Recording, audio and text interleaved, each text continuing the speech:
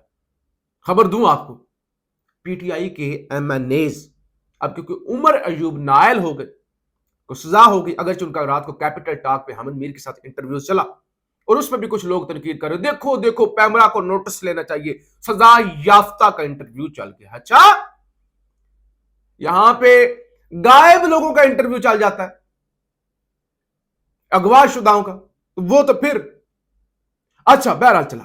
اب ہو کیا رہا ہے؟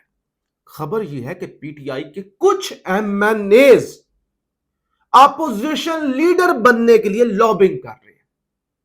میں اچھا ہوں, میں وہ عمر ایوب جذباتی بندہ تھا جی, میں ہوں نا سر, تابع دار نوکر, میں مجھ پر ہاتھ رکھے.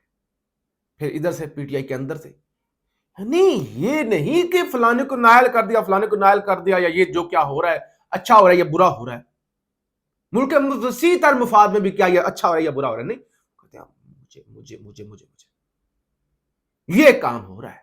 اس لیے عمران خان کا یہ چھوڑو, یہ ڈرامہ تماشا جو ہے نا وہ اب نہیں چلنا چاہیے. دوسرا, خواجہ آصف صاحب کا استعفے کی خبر آپ کو دی تھی, پھر تردیدیں آئیں, خواجہ صاحب نے خود تردید کی. یہ بھی خبریں آئی کہ مری کے اندر نواز شریف صاحب کے ساتھ بھی ملاقات ہوئی, انہوں نے کہا جب ہمارے ہاتھ میں کچھ نہیں ہے تو پھر ہم کیا کریں, ہم جو ہے وہ جس افسر کو گرفتار کیا گیا ہے اور اس کے بعد جو اس کے پیچھے ہے وہ کہتے ہیں وفاقی وزیر کے, جو خواجہ آصف صاحب کے محکمے جس کے وزیر ہیں اس کے, وہ ان کے ماتحت بندہ ہے لیکن وہ طاقتور ہے.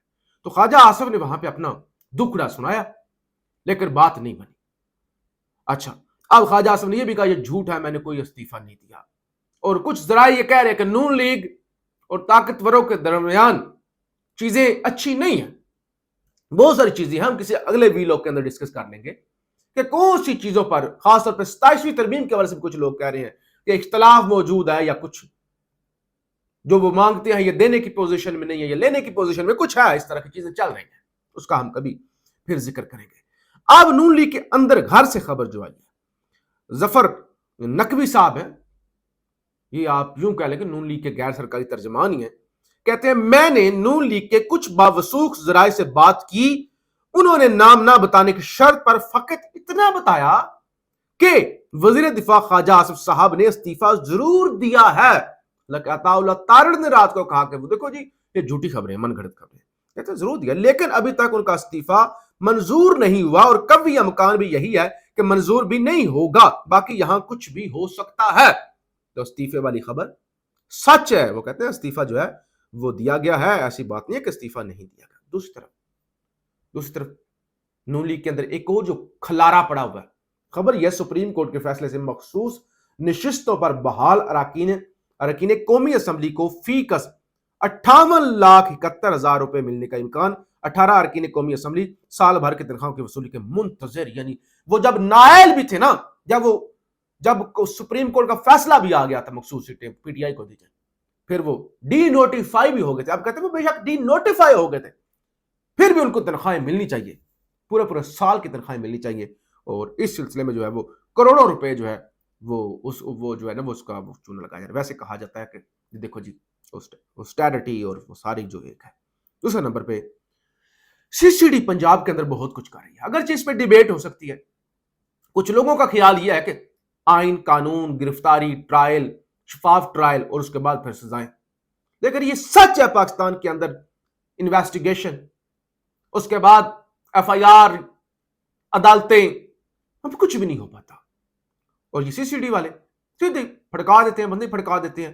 اگرچہ مہذب معاشروں کے اندر ایسا نہیں ہوتا, لیکن پاکستان جیسے ملک کے اندر لوگوں کو پکڑیں, اتنی دیر میں وہ جیل ہائی جیک کر کے ان کے ساتھ ان کو چھڑوا کے لے جاتے ہیں.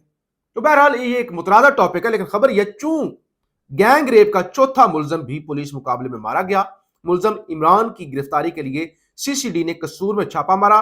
ملزم کے ساتھیوں نے فائرنگ شروع کر دی. اس سے قبل 3 ملزمان ہلاک ہو چکے ہیں.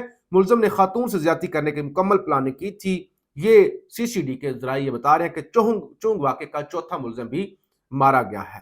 اور دوسری طرف پچھلے کئی دنوں سے خبر چل رہی تھی کہ وزارت داخلہ کے اندر حاضر سروس جو ہے وہ ایڈیشنل سیکٹری جو ہے وہ تعینات ہونے جا رہے ہیں۔ تو اب خبر یہ ہے کہ حاضر سروس میجر جنرل نور ولی خان، جنہیں وزارت داخلہ میں بطور ایڈیشنل سیکٹری جنرل تعینات کیا جا رہا ہے، وہ جنرل فیاض حمید کی طرح پنو آکل میں 16ویں انفینٹری ڈویژن کے جنرل آفیسر کمانڈنگ رہے ہیں، خیبر پختونخوا میں آئی جی ایف سی رہے ہیں، اور آئی ایس آئی میں director general military research centre کے طور پر بھی انہوں نے کام کیا ہے، اور اب وہ ایڈیشنل سیکٹری جو ہے وزارت داخلہ کے اندر آنے جا رہے ہیں۔ اس کے علاوہ گرمیوں کی چھٹیوں کے بارے سے خبر یہ پنجاب میں 31 اگست تک چھٹیاں بڑھانے پر بھی غور ہو رہا ہے۔ پاکستان زندہ باد۔